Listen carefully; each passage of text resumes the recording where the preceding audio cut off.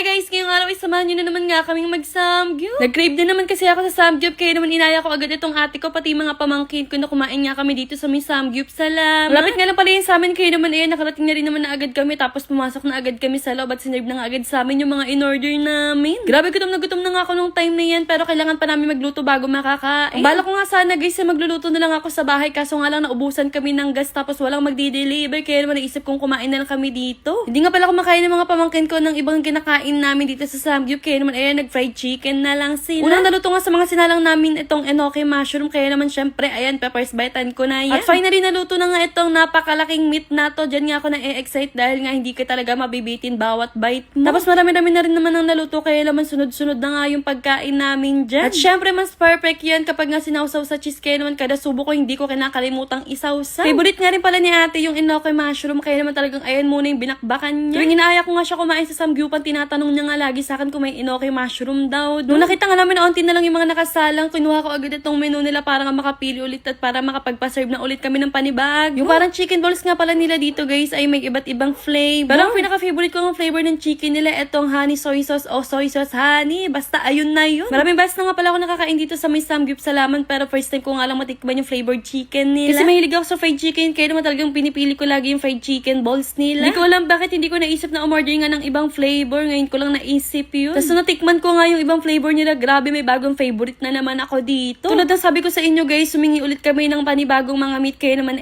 binigay na nga agad sa amin. Tapos sinalang na agad yan ng ate. Pag kumakain nga kami sa samgyup na tong ate ko guys, nagkakasundo kami lagi dahil nga favorite namin pareho yung toasted. Mahilig kasi yung papa namin sa toasted. Siguro naman na namin yun kay papa. Kaya lahat kami magkakapatid gustong gusto yung toasted. Hindi ko alam guys, pero napansin kong mahilig kami magkakapatid sa mga toasted na pagkain. Tapos kapag sakto lang yung pagkakaluto, tingin namin dun hilaw pa. Balik na nga tayo dito sa kinakain ko guys. Naluto na nga yung mga ibang sinalang ni ate. Kaya naman nilagyan niya ako sa plato ko tapos binakbakan ko agad yan. Sobrang tagal nga bago kami makarating dito sa may samgyupan guys. Dahil sobrang tagal din namin naghintay ng binok naming sasakyan. Ang tagal may nag-accept tapos may nag-accept na grabe 15 minutes pa yung hinintay namin. Tagulan kasi ngayon guys. Kaya naman talagang pahirapan talaga sa mga sasakyan. Buti na nga lang may mga masisipag pa ring driver kahit nga sobrang lakas ng bagyo. Nabubusog na nga ako niyan guys pero panay lagay pa rin si ate dito sa may plato ko. O diba hindi halatang favorite namin yung enoki mushroom dahil nga ayun yung talagang binabakbakan ko ngayon. Naalala ko dati nung hindi pa nga ako nakakatikim nito, talagang kinikrave ko siya nung bata ako pero wala kaming pambili at hindi nga ako nakakakain sa may samgyupan. Nagkikrave kasi ako dito nung bata ako tuwing nanonood nga ako ng mukbang tapos nakakasatisfy pa kapag tumutunog nga yung minumukbang nila. Kaso nga lang dati kasi hindi uso yung samgyup sa amin dahil nga sa sobrang payat ko, sobrang hina ko rin kumain. Nung mga time na yan guys, sobrang nabubusog na ako kaya naman kada kain ko natutulala na lang ako. Tapos tinanong ko nga si ate dyan kung kaya niya pa, sabi niya okay pa daw siya kaya naman talagang banat pa. Tapos yung pamangkin ko ayaw na nga rin niya, pareho kaming busog na kaya naman nagkulitan na nga lang kami. Kaso na bored nga siya sa akin kaya naman lumipat siya dito sa may bunso niyang kapatid tapos doon siya nakipagharutan. Bago nga kami kumain, kinukulit na nga ako netong pamangkin ko na gusto niya daw ng ice cream pero sabi ko nga kumain muna bago yung ice cream. Kaya naman sinurprise ko siya tapos nagulat nga siya dahil nga nakabili na ako ng ice cream at tuwan-tuwa naman siya. Pinaghati ko na nga lang sila ng kapatid niya dahil nga malamig ngayon baka ubuhin at sipunin sila. Nasarapan nga siya dyan kaya naman tinanong niya ako kung gusto ko daw tikman. Tapos pagkatikim ko niyan masarap pala talaga siya kaya naman sobrang natutuwa itong pamangkin ko. Habang nagpapahinga nga ako dyan dahil sa sobrang kabusugan nakita ko nga itong ate ko na naduduwal na lang kada subo niya dahil nga sobrang busog